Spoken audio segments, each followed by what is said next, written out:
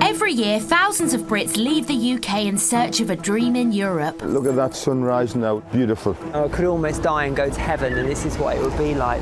There's sunshine, scenery and a great quality of life. But all this has to be paid for. Yes, we bought our house! So to fund the dream... This is part of our working day now. Brits are jumping in and starting up businesses. There's absolutely no way that we can host a wedding in this marquee. On this brand new series, we follow the enterprising expats. Just like a pregnant Hollywood star. Running B&Bs and boats in Spain. It's another day in the office. Vineyards and villas in France. One day you might be drinking that. But will they make it? Or break it? If we don't start getting bookings, it's going to be a bit of a problem. It's going to be intense. And will these new expats find happiness in the sun? This could be a new life in the sun for us. Today, the cupboards are bare at this Spanish holiday home.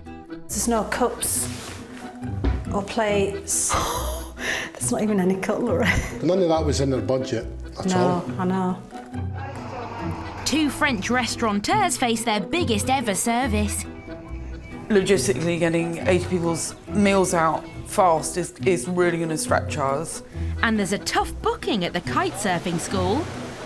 If it's not happening by the end of this lovely holiday, I might have to put a stop loss on it. Can this expat instructor turn his pupils' fortunes around? Well, favourite part of the job is just taking them from, hopefully, 0 to hero.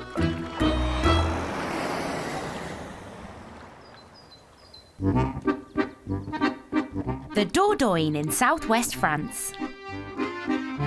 An area packed with miles of breathtaking countryside and pretty French villages that have stood for centuries. And for around the price of a UK semi, you could own your own piece of history. This 17th century house, for example, with 2 bedrooms, 2 bathrooms, a library, and views over the neighbouring chateau is on the market for €229,000. Thousands of Brits choose this lifestyle, including Joe Gell and Alice Barnett, who run a B&B and restaurant 3 miles from the quaint town of Vertiac. I come to work at 6 in the morning in the kitchen and I get to see the sunrise every day. From my kitchen window. Stunning, panoramic. So I get to see the sunrise there, and then I come out and I talk to some customers in the evening. I get to see the sunset over there. Mm. And this is every day. I mean, it doesn't get better than that, does it? We are so privileged. Are you supervising? Yeah, absolutely. How am I doing? Really well. After a busy first year... Escargot, anyone? This summer, they've decided to expand by branching out into the lucrative events market. So far, their new venture has been a success. But today, they'll be catering for their largest booking to date. So today is a birthday party, a very big birthday party for 80 people. Lots of locals, but lots of people flying in for the birthday party. 80 is absolutely way more than we've ever done here before. So I'm a little bit nervous about that. I haven't had a few sleepless nights about that.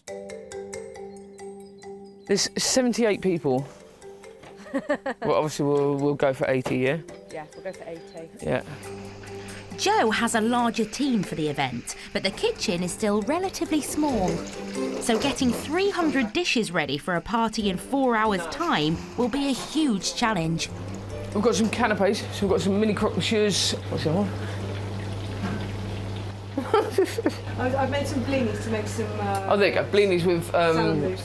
we have some vichyssoise going out for the amuse, so cold leek and potato soup.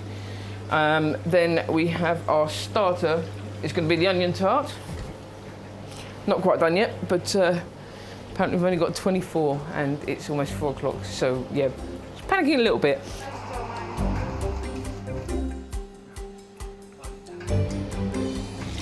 I think with mass catering, you actually need a kind of drive to want to do it. Because it's just not my bag. It really isn't. Whose idea was it to do this? Okay, well, it was kind of my idea to go into mass events. And it's not just the kitchen crew feeling the heat. The front of house team need to set up the tables, marquee and bar and be ready to serve the guests. We do have a lot of people helping us out today, but logistically getting 80 people's meals out fast is really going to stretch us. Although Joe is head chef... So you've got a red, a white, a rosé here, and you're filling them up from underneath. She can't resist checking on progress front of house. They look horrible. Put them down the bar, yeah, down all of the sides of the bar. That'll look nice. Is this all right, Al? Sorry, I don't want to take over. Sorry. Do you mind? Go for it. Absolutely. Well, it just don't look very nice on the table. No, I They're think, lovely things of flowers. Time's up. Stop tinkering. As Joe and Alice's largest booking ever is arriving. It always seems like it's all going to go horribly wrong, and then it's all right. And I should not say that, and I should touch some wood.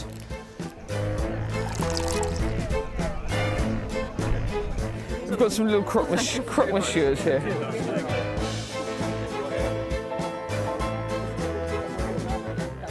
Should we be in the right place?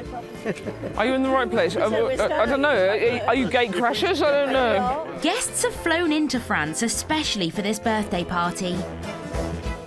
Chefs, you want to go out, these ones? Yeah, come on. Let's go. Yeah. So the pressure to get everything right is immense. I'm not sure how it's going out down out there, but I think it's all right. I think we're good. We were so nervous, but so far, so good. The kitchen seems to be coping with a huge amount of people.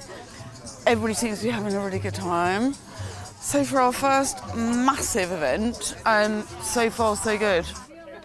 I do actually hate mass catering. If there was that tiny little bit of plating up and all that kind of stuff, I'd love it. But I don't really like smashing stuff out on plates, but... It's not quite what we're doing, no? That's not what we're doing. Yeah, no, you're right. Joe and Alice might have had some pre-party nerves, but the whole event has gone down a storm with the guests.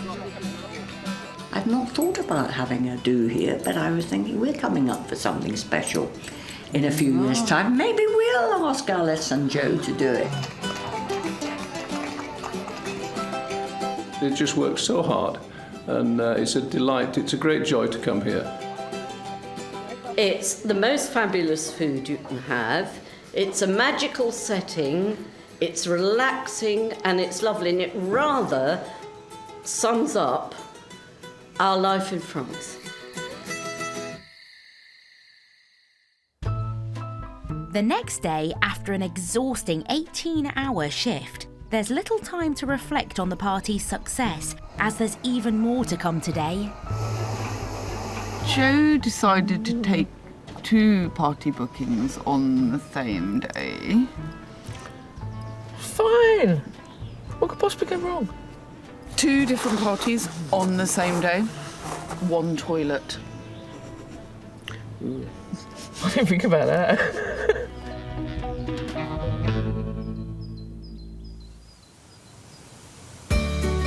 Tarifa, located on the southernmost tip of Europe. It's where the Med meets the Atlantic, and it's just a stone's throw from Africa. And thanks to strong winds that blow through the Straits of Gibraltar, it's also a kite surfer's paradise. It's here where Lisa and Kevin Mitchum run their kite surfing school. Never gets a quiet lunch. Middle of a sandwich, there's always someone to help. But though summers are great here, winters are tough because business dries up. So they've invested nearly €325,000 in a 7-bedroom property which they've turned into a guest house. We've done a lot of the work that we needed to do. It needs to start paying back now. We need to start renting rooms, we need to be able to save money and not ploughing it all straight back in again. This year is important, it needs to work this year. Hopefully it'll show that it can work. It's now September and bookings are starting to pick up. Today, a group of 7 kite surfers from Cleethorpes are about to check in. Come in, guys, it must have been a long journey. Get in. Lisa has to be with the children tonight, so housekeeper Lucy is in charge of check-in. So our rooftop, we've got our little space up here. You can come for barbecues. We had some good barbecues last week. Most of these guys are experienced kite surfers, apart from Steve. My son. Aaron. He's brought me here to drown. Kite surfing. I'm a beginner. And this is the best place to come and learn. And you've never done kite surfing before? Yeah, I've done it in Cleethorpes, in the good old UK. Riverumber. Yeah. I'm just worried that I'm just going to be left, and he'll just be off, gone, and I'll just be left there. I'll drop him off at Crash in the morning and I'll pick him up on the night time. Exactly what you need, isn't it? I like the colours. It's lovely. It's the next morning. Hey, how's it going? 14. How's it going, Max? Yeah, you too. With such a big group of varying abilities, Kevin needs help, so he's called on his instructor, Rich. Got Rich teaching Steve. I'm more or less free to get out with the kiters and ride with them and work on new stuff, which is always good for me and great for them. I'm excited. Look at it, I am excited. We'll be out there in any minute. Get the kite pumped up. Aaron can't wait to get started, but he can't help feeling anxious for his dad. I don't think it's the kiting that's putting them off. I think maybe it's the obstacles. All the other kiters. And that's what they'll be worried about. He's pretty hardcore. He's not scared, but he'll be scared of hurting somebody else. Kevin takes the more experienced surfers out to sea.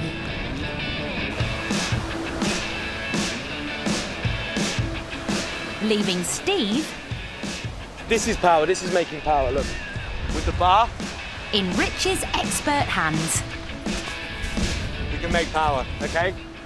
He's had lessons, he knows how to fly a kite, but Steve was just saying to me, a busy day in the UK, it's like 5 or 6 guys on his beach. This is a quiet day in Tarifa. So it's like he's a bit of a fish out of water, so he needs those extra details and he needs that extra help to learn how to handle himself. While Kevin and the other surfers are enjoying all Tarifa has to offer, it's an increasingly frustrating morning for beach-bound Steve. Are we talking mostly you should be flying with one hand? Absolutely one-handed. And is there a time that you put your hand in that position over there at all? Here? Yeah. Definitely. Closer to the centre of the bar we are, the more movement we have either way. Look at the kite. For Kevin, sending home satisfied surfers is a must in this business. I went to Morocco. It's amazing. But he knows this is a difficult sport to master. You know, there's a lot of things that you have to combine, you know, the flying of the kites, the board skills, the sort of knowledge of the wind and how it's going to help you. Well, favourite part of the job is just seeing the culmination of people training over the week and, you know, taking them from, hopefully, 0 to hero. If it's not happening by the end of this lovely holiday, I might have to put a stop-loss on it and go back to freezing horrible cold skiing. Have you paid yet? As the group pack up, everybody is keeping their fingers crossed that Steve will rise to the challenge by the end of his holiday. But he hasn't got long, so will it be sink or swim?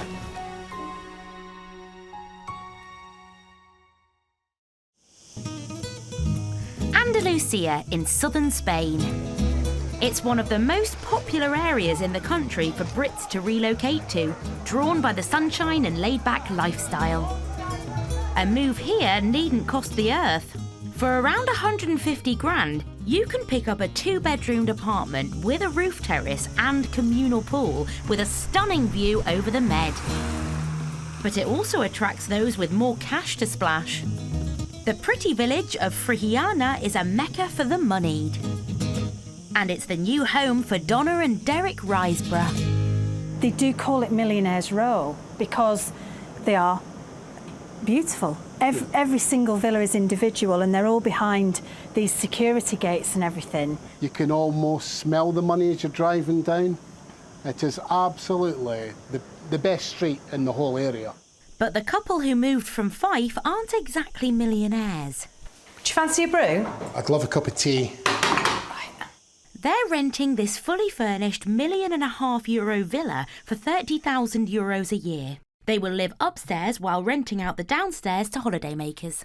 To be able to live in this £1 million house, sometimes we have to pinch ourselves still, don't we? It's now the end of August. Derek and Donna have just moved in and need to make the most of what's left of the season. Luckily, they do have guests, and they're due in just 2 days. But in their new home, there's a hitch.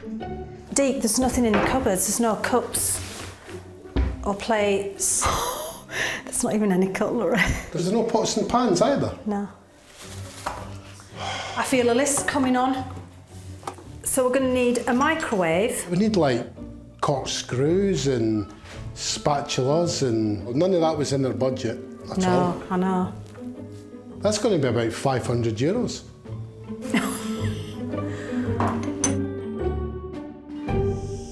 Finances are tight for Donna and Derek, and this is an affluent part of town, so bargains could be hard to come by. I'll grab a trolley.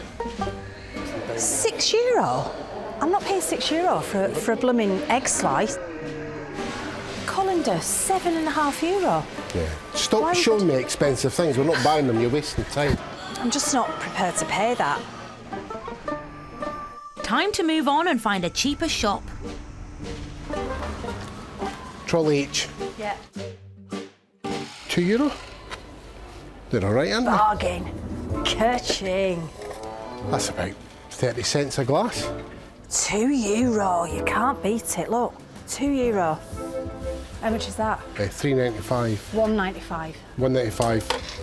Kitchen knife, 40 cents. That's about 25p. Bingo. Kettle, toaster, Potato peeler. cutlery, crockery, chopping board I've got. God, Deke, I'm loving the prices in here. I'd be happy if it was under €150, but I don't think it will be.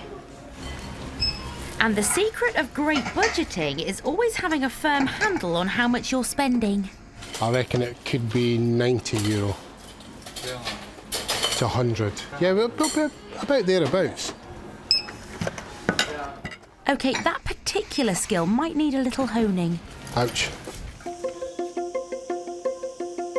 No time to regret their purchases. It's 2 days before their first guests arrive. And they need to make sure the place is spick and span. Maybe I'm just too fussy, I don't know. But I think if you're paying for what's advertised as a luxury villa, then you should get luxury. It's just as simple as that. And if it means me scrubbing the end of a shower tray, then so what? But with 3 ensuite bedrooms, 2 living areas and a pool to meticulously clean. Yeah, that's quite nice, actually. I'll leave it like that. Stop fussing, Donna. Donna and Derek have their work cut out. And the big clean continues well into the next day. With 3 hours to go before the guests arrive, there's still 3 outside areas to tidy up. And cots to construct. According to this, you just push this up. With time slipping away, last-minute nerves are creeping in. I'm apprehensive about it. I know Deke is because he's very, very quiet today.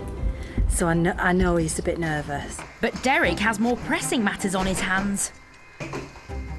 When in doubt, read the instructions.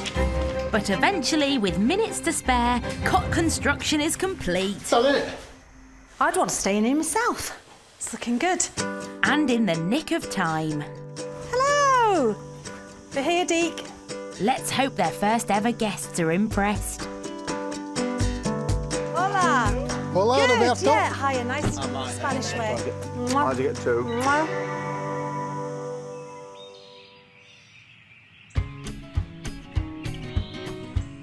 In the Dordogne, Alice and Joe are recovering the morning after their biggest event to date, a birthday party for 80 guests. When you say yesterday, it's like today and the next day and the day after. Could be any day. Any day that ends with the word day. Those are the tiring ones. It was a really, really long day, wasn't it? I think it's more that you wake up... Which day? You wake up Who are you? And there's no time to relax. Because in just 3 hours, 2 parties are descending on Alice and Joe. One of 50 in the marquee and one of 40 in the garden. When we were initially approached for both parties, the hog roast was going to be about 25 people, I think, and another person that we know booked in for lunch for about 25 people as well. Once people have booked in, when they say, can I up the numbers to 40, you can't say no. So now, instead of 50 people, we've now got 90. Today's guest numbers will push them to capacity. That's breakfast. Tiny bit of baguette. But Joe's raised the bar even further. Why cook one menu when you can cook two? Especially when you have a tiny rural kitchen. So, I have one sort of traditional Sunday roast here today, which is a huge birthday party. I haven't had exact confirmed numbers. Then I have a hog roast, which is round by the pool. If it all goes terribly wrong, it's my fault. Yep, you're sleeping in the shed. There have been moments when we thought, have we overstretched? Are we doing too much? Have we taken too much on board? Can we actually provide the level of service that we like providing? I think today will be a real test. How much sleep have you had, Liv? You probably had a load. Yeah, Liv's in charge. But despite her sleep deprivation, Jo has a plan in place to cope with the double booking. We've got two teams running today, and it's like we should be supporting each other, but actually, hopefully my team wins. And Ange's on my team. Me and Ange. We're team one. We're going to win. The hog roast for party one has been cooking all morning, and the second group has ordered a roast dinner with all the trimmings. They're laughing in there. Why aren't we laughing here? I want to join that team. They're laughing. And as the guests arrive and the drinks are served, Alice has her first issue to sort out with Jo. Simon and Cecil don't eat fish. They want a vegetarian starter if we do it. Simple fix. Just go out there and nick some stuff from the buffet. There's loads of salads and stuff like that. Sneak some veggie food from the other party. And now, to top it all off, some B&B guests have just arrived early. I knew that the guys were going to check in today, but I actually thought they were eating with us tonight. But they really quite like lunch. Okay, let's do 102 people, why don't we? Peter and Karen are touring through France and Spain on their scooter and have been looking forward to their two-night stay at La Lunaire. Oh, wow, that's nice fun. Yeah, really nice. It's really nice to have a couple of days to unpack, enjoy the scenery and just relax in the sunshine. It's everything we wanted on rustic France, basically. Our two new people have had a little bit of a wait. They're really lovely people, and they had a very early check-in, because normally people don't check in until 2. Yeah. So they're very happy, they like the room. You're on Vespa scooters? Yeah, just on one. Just the two. You're on one Vespa scooter? We're loaded up. Seriously? Thankfully, Peter and Karen are happy to eat the same food as the partygoers. Really good, Jo, thank you. Yeah, they rushed off their feet, but you'd never really know it. You know, they've always got plenty of time to come and talk to you and welcome you here. Despite the extra orders, cramped kitchen and unexpected vegetarians, Jo and Alice seem to be pulling it off. You wouldn't know there was another party going on round the corner. And you can hear the laughter, and everyone's had such a fantastic time.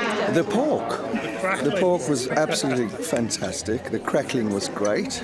And we got some extra as well. It's a group hug. Cheers. It's been the longest of weekends. After 3 events catering for around 200 people, the team are exhausted. I think we reached a moment where we possibly bit off more than we can chew, but we did it. We did it. All of it seemed to go very well. I don't know if I want to do another one.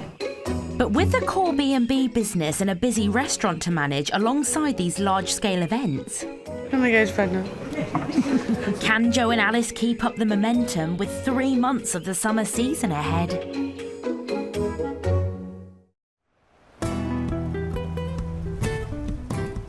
In Tarifa, Kevin and his instructor, Rich, have spent a week trying to teach holidaymaker Steve the art of kite surfing. It's our last day. We won't be surfing tomorrow, going home tomorrow. And today is the repetition of the practice of all the things I've learned put all together. Now, I'm not expecting massive runs or anything like that, but I've learned a lot and I'm putting all that to practice. He bought a lot of gear before we came here, and I think if you don't make it this holiday, if you don't get up and riding, I think he'll jack it in, to be honest. So this is make or break this holiday for him. Meanwhile, Kevin is hoping to give 6 other advanced customers a holiday to remember with a 7-mile journey downwind. You learn to ride upwind, but as soon as you can, people want to do downwinders because then you can play in the waves, you can jump. It's not easy. It's another skill to learn. Where we live in England, there's Grimsby and Hull. It's called Spurn Point, and it's 5 miles. So if I can do 7, I'm definitely going to be able to do it back at home, aren't I? So yeah, it's going to give me some good minerals to get out there and do it back at home.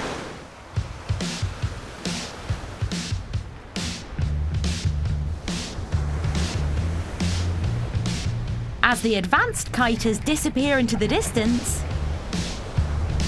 Steve gets some last-minute tips from a clean-shaven Rich. Steady kite. Get the board on. Low. Low and go. Yeah. Ready? I am. If Steve can get onto the board and ride for just a few seconds, it will be a huge achievement and make his holiday complete. Without any exaggeration whatsoever, it's probably the hardest thing I've ever done in my life. So many things to remember. And then you've got the waves, and then you're sinking back and you're getting salt water in your mouth and up your nose and in your sinus, and you're fighting everything. It's just all a matter of time. He will go up and he will ride when he's ready. And while others make it look like child's play,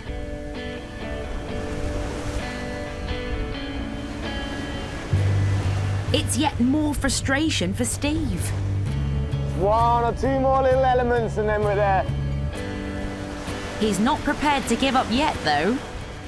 I love it. It's great. And I'm going to keep doing it till I get it.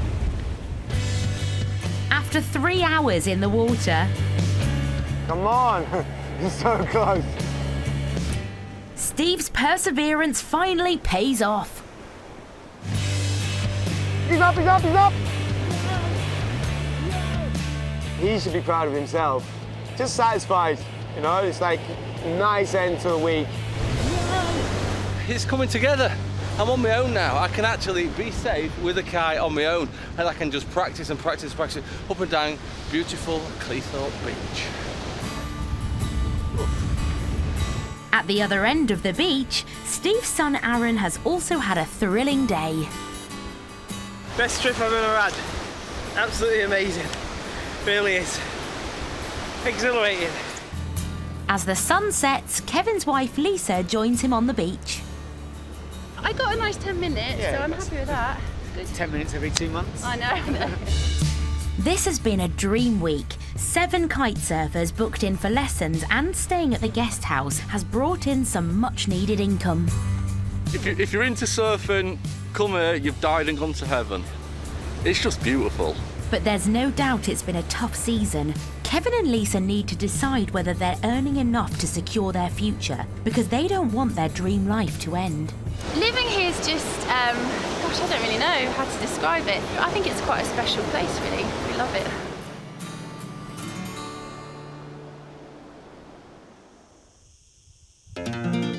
On Millionaires Row in Frigiana, Spain's newest holiday hosts, Donna and Derek, Right, should we take the luggage in? are welcoming the first ever guests to their luxury villa. Come on in. Martin, Jackie and their son Connor from Cumbria have booked a last-minute week-long break. Donna can't wait to see what they think. Hiya! Come on then, let's go and see your bedroom? I think Connor should. Come on then, Connor, let's go. Come on, Connor, let's go. This way? No? Oh, he's going that way. Oh dear, let's hope there's a better reaction from Mum and Dad. We have the other double bedroom, and we've just put the cot in here. You can move it about and do what you like with it, you know. Probably a nicer room. So this pool is exclusively for you guys. We don't use it while you're here. Look at that. It's a 10 by 5 metre pool. There is a deep end, so be careful. Oh, it's lovely. Really nice. Yeah, it's perfect because Connor will be able to just run around inside, won't you?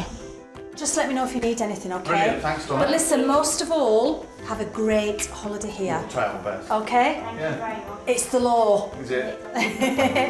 After all their hard work, it seems Derek and Donna's new life is off to a great start. Our business is up and running now. It's real. I'll tell you what, people going back and telling their friends, yeah, you've started to get bookings.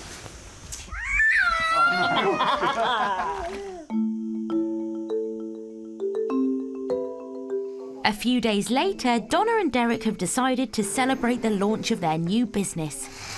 They've invited their friends Mike and Debbie and their new guests to a barbecue by the pool. And there's plenty of food to go round. These are spring onions. They're like them clackers you used to get. Do you remember them, Deb? Them clackers. They're like them, aren't they? It's the first time cooking for guests, and it seems Martin and Jackie's expectations could be high. The night before we set off to come here, we went to a Michelin-starred restaurant. So we'll see how good his cooking is. We know exactly what level he needs to be at to impress us anyway. Pressure's on Derek, who's cooking up a traditional Spanish feast. I'm going to do patatas bravas. So they basically will just do away themselves, really. Big chunks of onion for the barbecue.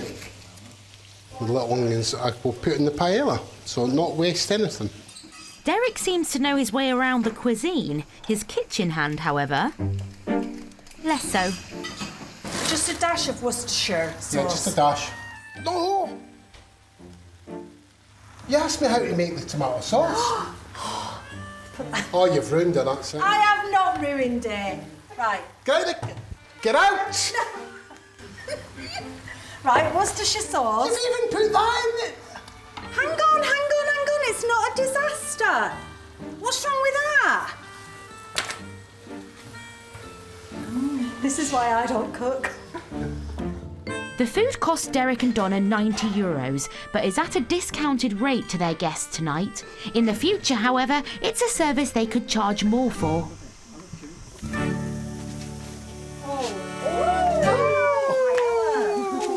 Where would you like it? We've had a lovely week. They've been really, really good hosts. They've accommodated us every possible way they possibly can. Even cooking for us this evening was great. Can't believe we're their first guests and they haven't done this before because they're just like pros. I'd like to make a toast to our first guests. We were quite nervous, quite apprehensive, but you have been absolutely fantastic. Absolutely brilliant. And I You're a really lovely hope family. you enjoy your meal. We'll be back, don't you worry, we'll be back. We'll be back. Cheers. It's brilliant feedback for Donna and Derek, and for them, the perfect beginning for the business. Everything just falls into place when you're dead positive about stuff, doesn't it? Everything aligns. You get all your ducks in a row. No, I'm always positive about things. It's a great start, but it's a late start. With the summer nearly over, Donna and Derek may need to think about different avenues to bring in an income.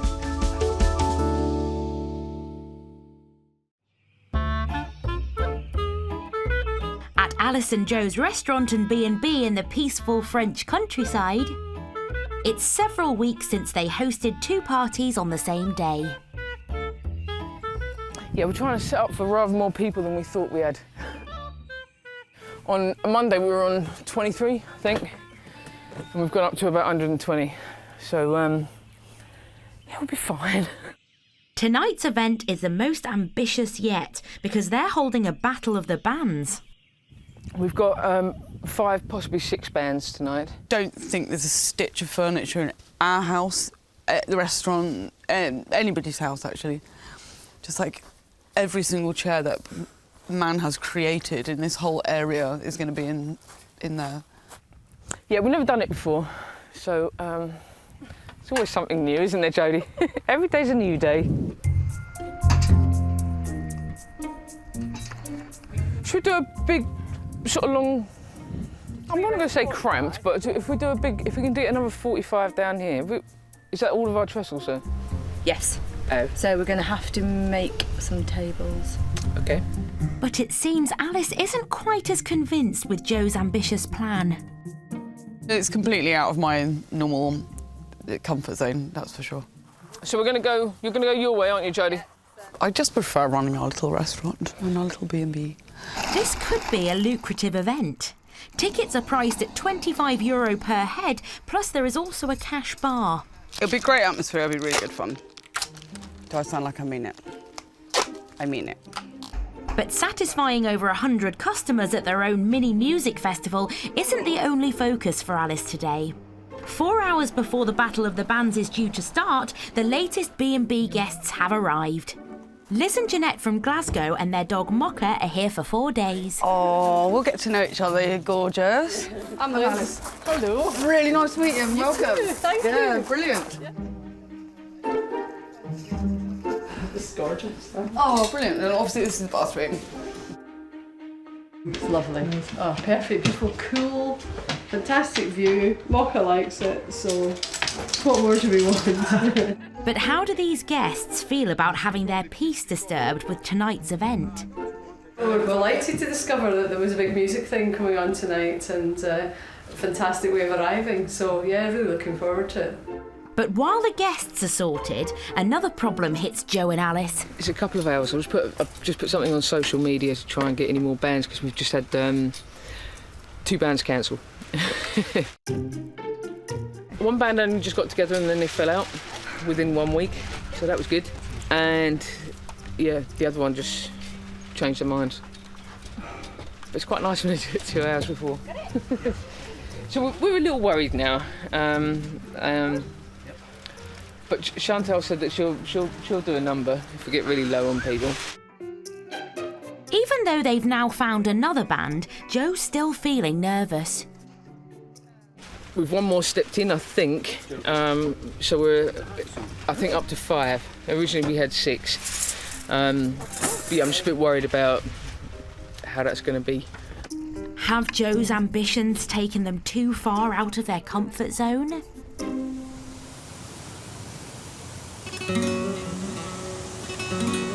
For Kevin and Lisa Mitchum, it hasn't been the best of summers. At the beginning of the season, business at Kevin's kite surfing school suffered because of problems with his website, and some extreme weather has affected bookings too. It's been the worst summer wind-wise that Tarifa's had, like, ever, I think. Even the locals are really in shock by how much strong wind there was. It reaches a point where it's just unkiteable. We always get a spell of 2 or 3 weeks of crazy wind like that, but often it's in February or October, and then you can just travel and find a better spot. But in the middle of the summer, you're stumped, really. Although Kevin is the main breadwinner in the kite surfing season, Lisa also runs a language school to help bring in extra cash to cover the leaner winter months. Begonia, do you want to start with this one? She can remind us. Remind? No. What's remember? Good, well done. But this year, things haven't been going well. We just need to practice maybe doing it a little bit quicker. So we had 2 or 3 weeks where it was really quite stressful. We were thinking, well, you know, we're going to have to ask for a loan from the bank or maybe like ask family or something again, which we don't really want to do. With some uncertainty in Tarifa, Kevin needs a plan to secure their future. And now he thinks he has one. It's a plan that's taken him almost 6,000 miles south to Kenya. This is Diani Beach on the Indian Ocean, 35 kilometres south of Mombasa. With crystal clear waters, the unspoilt beach is hugged by lush gardens and exotic trees. But it's the strong winds and deep lagoons that make this part of Africa a kite surfer's dream. Well, first impressions, it's paradise.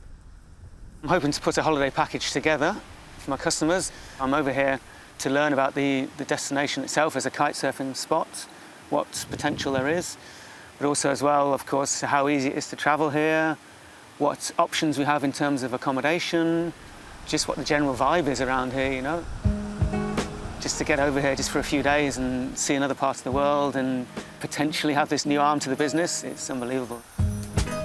Unlike Tarifa, winter is the best time to kite surf here, so Kevin is checking if this could be a viable business option for his quieter months. Hey! Hey! Jamie, how's it going, mate? Local kite surfing instructor Jamie has been friends with Kevin for over 10 years, and he's going to show him round. This is the base. This is where we are. Wow. Kevin, meet Francesca. Hi, Kevin. My wife and co-director of Quest Kiteboarding. Mrs. Hockley. Yes. Yeah. Jamie's kite surfing school is purpose-built and is in the grounds of a top-class hotel right on Diani Beach. Built it all yourself? But, not ourselves, but we built, the design was ours, and they built it for us. Yeah. Just through here we have our storeroom, Oh, wow. all our equipment that we use. So you can see predominantly we're based as a kite school, teaching various types of kite surfing. It's cost Kevin almost €1,000 for this trip. He needs to find out as much as he can about its kite surfing potential. We have this reef that stretches pretty much from Somalia all the way down the East African coastline. So we've not got super high and super low. We've got this average tide going on, which makes it perfect for kite surfing. Though this is not the best season for surfing in Kenya, Kevin still wants to try the waves. It's pretty light, you know, as we expected, but we're going to get out a couple of big boards and see if I can get going. It's going to be touch and go. I'll probably just fall on my face or something because it's so light.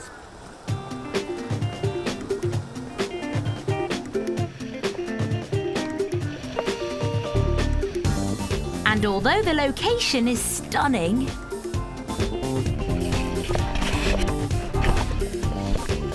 without the wind, it's not the most exhilarating of rides.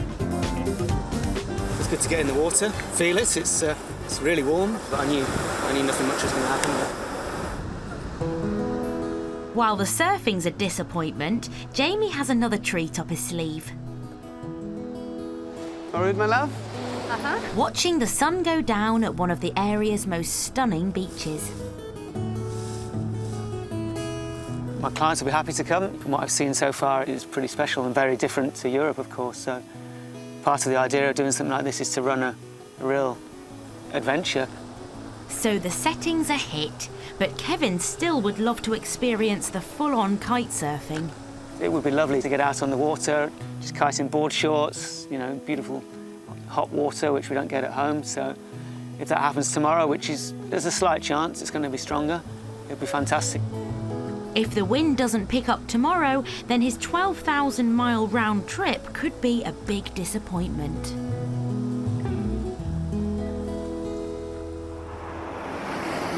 Next time, the heat is on. This is what you want to be like in 35-degree heat. It's like in front of a barbecue.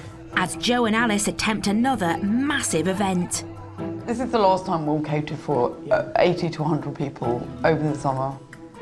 I think for our sanity, it needs to be. Will Kevin's Kenyan trip How's it looking? It's looking a little bit better than yesterday. end on a high? With a few more knots, we might try and just get you on the water a bit earlier. And can a new property, This is a huge room. help Donna and Derek keep their dreams alive? Rachel has got 3 viewers for this today. Hopefully, we'll get a long-term rent.